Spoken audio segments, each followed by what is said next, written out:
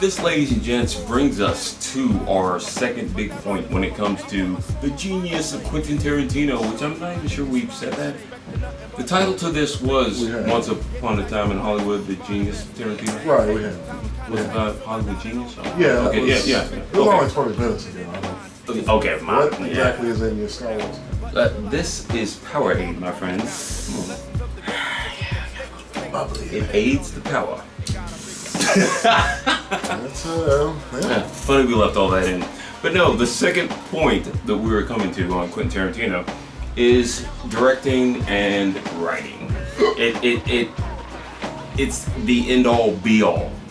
Right. And the fact that this man directs and writes, so exactly what he's writing down, he's bringing exactly what he wants to be seen to film is to screen. So you can say like the most important part is the writing, script, story, etc., but the director, no matter who's writing it, it's the director's vision in the end result. They're the ones that are going to oversee everything. I mean, they have producers, etc., who's in charge of certain things. Like the director is not in charge of catering. Making sure everyone right. Chipotle. Yeah. This craft table's terrible. Where's the director? Right. And making sure that their actors have all the good cheeses. Gouda. But the end result, we can say that's the vision of the particular director.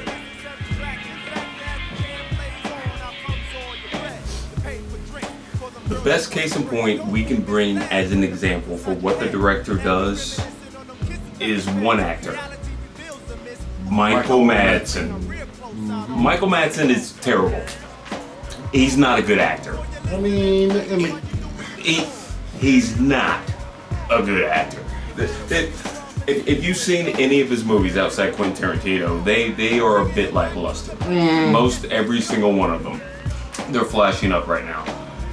Think that he, a good actor, even if they're in a bad movie, they can somehow save it. Salvage something, at least their own performance can stand up. Regardless, we'll say that his performances in the Tarantino movies are his best, and I'm sure he would agree. Yes, without question.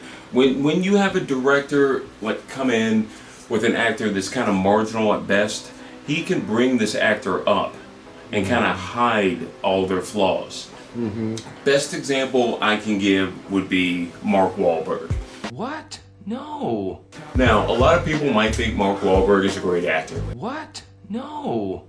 Mark Wahlberg, you're not a great actor. A lot of people think Mark Wahlberg's a good actor. What? No. Mark Wahlberg, you're not a good actor. He's a fair, average fucking actor who's totally reliant on his director. If you've seen him in the Transformers movies, if you've seen him in The Happening, the man is absolutely horrid. We all know The Happening. He refuses to watch it. I own it. I love it. I've watched it far more than any human being should. But it's just because his performance is so remarkably bad. What? No. That it goes all the way around terrible back to entertaining. He's had flashes of good, but again, you like what you're saying, it's probably because of the director supporting him, using the good cuts out of 100. Right. I mean, like The Fighter, he wasn't bad in that. But at the same time, yeah, like he's not a bad actor. Right. On the flip side, like you think George Lucas, right, who used good actors in the Star Wars prequels that made them look bad. Okay. That is a case in point of a director who can decimate every actor's performance. Samuel, there's a little bit too much charisma going on there. Can you dial it back? Dial it back, back. Oh, that's totally robotic. There we go. That's what I was looking for. Natalie Portman was just complete. Just very, very wooden, etc., and then she goes on to win an Oscar immediately after this film. That's what the kind of the gist that we're trying to get at on like a director directing actors, and Tarantino to date has been very good at that. Right? It's something to be said when your average actor or your out of work actor, can jump into a Quentin Tarantino film and it looks like they never missed a beat in Hollywood. It's rejuvenated their career and brought it back to life. John Travolta, David Carradine. the Carradine. Yeah. He didn't move on necessarily afterwards, but he did. He gave him the role of a lifetime and made him relevant. Today, people will know his name possibly. Well, they'll probably associate his name with autoerotic asphyxiation, but people still do know David Carradine. You know? Right. I mean, like Kung Fu's been a long time since then. Kill Bill was great for him, but I think the autoerotic asphyxiation kind of basically decimated everything. Yeah, that's kind of like in Dave Chappelle, Rick James, popular again, and then he kills himself. He got enough, but anyway. Yeah, for all of them. Cocaine's a hell of a drug. So it's like you know, like. But yeah, with that, that's the kind of gist. Like he can sometimes take an actor that's established or one that hasn't been seen for a long time and bring them back up somehow. I'll even go as far to say, like, and this is a credit to his directing. Not only has he made Uma Thurman a sex symbol, you know, when she's, you know, she has oblong eyes and like she's a little like scrawny and everything, but no, she's sexy. She's a sexy, talented asterisk. Uma, holler at me. But he made Daryl Hannah attractive. I mean, she once post 2000, post right. Blue Lagoon. Right, yeah, because she used to be extremely like considered Blade Runner, etc., etc. You're like, oh, Uma Thurman. No, like one thing he seems to write like really good females. Like he always writes the perfect woman or something. Like at the time, like compared, like I mean, Uma Thurman's character, Jackie Brown. Yeah, Jackie Brown. Pam Grier's another brought back list, you know, and right. Gordon Liu, who is from like old kung fu movies like 36 Chambers, Wu-Tang type movies. That he was in, he was Pai Mei and Kill Bill. Brought him back to the fold in a sense. So yeah, he does really, really good with that. Yeah. And touching on what you were talking about when it comes to actresses and female roles, he makes empowered females in his movies. That's right. Right, and that's... They're not tropes. They're not there to be rescued or like just there to be like pretty and be seen. They have active roles and active... They do almost perfect. I mean, Uma Thurman's character in Pulp Fiction was like, I was thinking she's like the perfect woman. Yeah. Like in real life, if I met her, it's like, wow, I'd be in love. I'd be in love. Cool. Yeah. I mean, it's just like, wow. You know, you can write a good female character. That's when you know you found somebody really special. And you can just shut the fuck up for a minute. Comfortably share silence. Well, like I'd say just the average movie in general, a lot of times the female is there just as the MacGuffin to push the story forward for her to be rescued or for her to like be Let's give them a love interest, or it's always something to do with the man or whatever. Let me come along with you, so I'll need to be rescued in the third act. I'll say that's one thing because we had a debate on Nolan versus Tarantino. Tarantino's way better at writing a woman character than Nolan. It's like, gee, I mean, that's one of Nolan's weaknesses, who I thought maybe post-Interstellar or something. It was like, his female characters are very weak. Even in Prestige, like Scarlett Johansson's character, I was like, she just doesn't, I'm sorry. In a way, Quentin Tarantino is almost like a feminist when it comes to how he writes female characters. Mm-hmm. Because I really can't think of a movie where a female character didn't somewhat like help drive the plot. Mm-hmm. They weren't just there, or they weren't just an ancillary character for the main male role, but they actually helped drive the plot. When I think of The Hateful Eight, there was definitely a female character that helped drive the plot. Mm-hmm. Kill Bill, do we really need to discuss that? Right. Jackie Brown, do I really need to bring that up? Pulp Fiction, it's blatantly obvious. Reservoir Dogs would be the only movie that didn't really have a female character. Mm-hmm. And that would be the only exception I could think of offhand. I mean, it's only 9 movies. Right. But with the exception of Reservoir Dogs, and that's because there was, outside of maybe the waitress, you know, in the very beginning of the movie, and like other like quick, subtle in and out characters, there was no real female character. Yeah, that is something that is noteworthy, really. In the end, that is very noteworthy. Though, like, I mean, you're a guy, so you think guy things and blah blah blah, but to write for a woman, take yourself out of, get out of yourself for a second. So I'm gonna write a woman and make her strong. No. I want to help you, but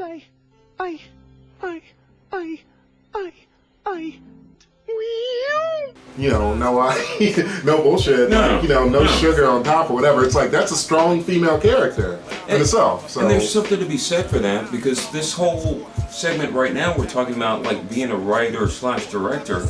The gentleman who wrote World War Z, the book, for instance, he gives his rights to a movie company. They create a character and change his whole story. So basically, he goes to see a movie with his name on it, you know, as far as like his title, and that's it. When you are the writer of something and the director, what is in your head, you know, is totally being put to film. You are in total control of that. And for him to be as successful as he has been over these years with these 9 films, I'm giving it 9 because I assume this one we're going to see tomorrow is not going to be, you know, bad. right. You know, Yeah, I mean, so like it's amazing to me that so many people, when given total creative control or even half as much, like they fuck it up. George Lucas, they just fuck it up. You know, and it's amazing to me, Zack Snyder, that sometimes when people are given too much, like just leeway to do what they want to do, things can get a little fucked up. Josh Whedon. he's very, very unique in that, like, even the directors you mentioned, still, though, a lot of those guys are working with someone else's property, okay? Where True. he is making something Sorry, Zach. completely... Sorry, Josh. You know what I mean? So he's working with a completely blank page, and he has the latitude, however you want to call it, to, like, say, I'm going to write this, and you're going to help me make it. And they're like, yes. Or a lot of directors, even like David Fincher, who's directed Other people's a ton properties. of- Yeah. I mean, movies that are just like, okay, if you don't see this, then you need to go check yourself. But it's like, those aren't his, you know what I mean? But it is his vision. Yeah, he's totally different on that level. Yeah, like and- to a lot of other directors. You know? And mentioning David Fincher, that's another person, you know, you can automatically see it's like their kind of film. And I'm going to go ahead and apologize to Josh Whedon and Zack Snyder. You guys are alright. You just fucked around with DC and it, man. Josh, Zack, why did you even touch Justice League? Well, what's Zack Snyder? What's something? He has. Is Sucker Punch like the only one that was actually just from his page to the screen? I believe so. Yeah, I believe so. Because like 300, it was actually Frank Miller. Yeah, that was actually a Frank Miller graphic novel. Let's go ahead and let the audience in on something. We don't dislike the first Superman movie. What? No. I know, like, this is a big thing, like, everyone on YouTube, Superman movie, oh, blah, blah, blah, blah. The first Superman movie was fine, okay? If you're not a big DC fan, if you don't want goody-goody two-shoes Superman, if you are okay with Collateral Damage, I'm sorry, it wasn't a bad movie. No. If people wanted a happy-go-lucky Superman from the early 70s, fine, but don't hold that against Zack and his vision for it. DC fucked over their whole universe because of that movie. Yeah, Because of the backlash of that movie. Right, and that was bad backlash. Just like, wait a minute, we eventually accepted Casino Royale as an origin, right? He wasn't the smooth, grab the girl with the gadget, with the whatever. In Casino Royale, he was becoming that. Just like Superman was becoming that Christopher Reeve. Give him a chance to become that in Man of Steel. That's how I looked at it. Or even still, did we want Heath Ledger to be Jack Nicholson? Right. No, Right. no, we were actually blown away by it. Why the fuck couldn't Superman take a different route? And I know this is about Quentin Tarantino, but I'm gonna holler at the people that made the DC fuck up their whole universe. There was so much backlash on that movie being dark and violent that they spent the rest of their movies trying to catch up and mimic Marvel. And look what happened. It's because everyone gave Zack Snyder hell because he made a great Superman movie. It's sci-fi in the beginning, and he's starting something anew. Yeah. Give him a couple movies to find out what can happen. Yeah, I mean, I just felt like we can't keep going into it that deep, but I mean, the intro in the intro, like you think, oh, maybe it's too drawn out, but you're trying to get like some kind of frame of reference of like where he comes from, and it's like even if you feel it or not, like why he should anyway. Did you just want him kicking it in Crystal Palaces? You know? Come on, man. Have you seen some of the early Superman movies? Come on, man. And I'll say this much. I will find him. I will find him, Lara. I will find him! much. I will find him. I like that scene. I'm standing behind this.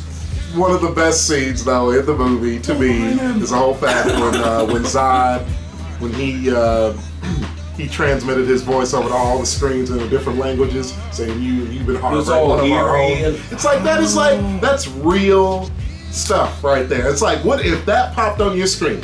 Like, that was like thought about in modern day, right now. What if Superman was alive today? That is interesting. Mark right? my words, and these are my words. You don't have to hold him accountable to them. But in 10 years, if you go back and look at that movie, hell, if you go back and look at it now, you might feel differently. The movie's not bad. It's not. It's not serious? bad. Zack Snyder did not do a bad job. The first Superman, but come on, guys, Man of Steel's not a bad movie. He's got a decent stable. It's just the last few have just kind of like derailed him. And why was that? Because DC was too hardcore to try to make changes on everything that anyone put their hands on. We gotta catch up with Marvel. We gotta catch up with Marvel. Let's talk about Quentin Tarantino. Right. Tarantino on that level, he's never been moved by the boardroom. And he would never let himself there. Right. Obviously. There's a reason he only comes out with these movies, you know what I'm saying, every 3-4 years. It's because he's not gonna like do some cash grab for some fucking studio that wants him to do this their vision. He's all about his vision. No matter what the theme or the property is, he's about his vision. Right. It's one of the reasons why Star Trek would be interesting. It's not gonna happen, but it's why it would be very interesting. Right. I mean, I do actually. I can applaud a director who has a certain style and a thing that they've been doing for so many years to go outside of that box and challenge themselves in that way. It isn't necessary, but that can like just show a different side of your skill, et cetera, like Spike Lee did. Now he broke away from what he was really good at and said, you know what, I'm gonna try this over here and see what happens. And that can only make him grow even more. So my biggest concern about a Quentin Tarantino Star Trek movie would be the dialogue aspect. And that's something that we wanted to talk about when it comes to Quentin Tarantino, the dialogue. The man's dialogue is brilliant. The man has some of the best lines, some of my favorite lines in cinema history. Oh God, I get chills just thinking of this one. I have to show you a clip. With your own sword, no less. Which in the very immediate future will become my sword. Bitch, you don't have a future. But he has some of the best lines in cinematic history, and they're his. They're his characters. They're all his. If he were to make a Star Trek movie, how do you make that happen? But that's just it though. I think Star Trek is more.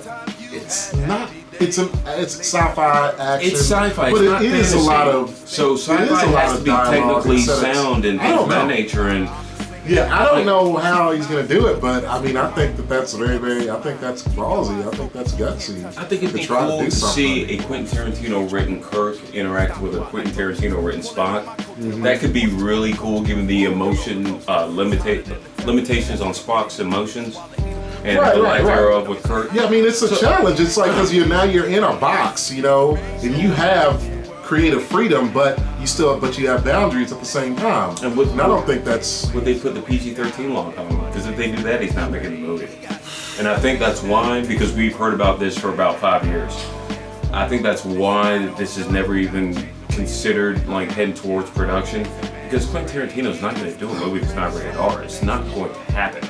Unlike a lot of directors who get older and have kids and like just lose it and make movies like Alien Covenant, brilliant directors that make movies like Baby's Day Out. Alien Covenant.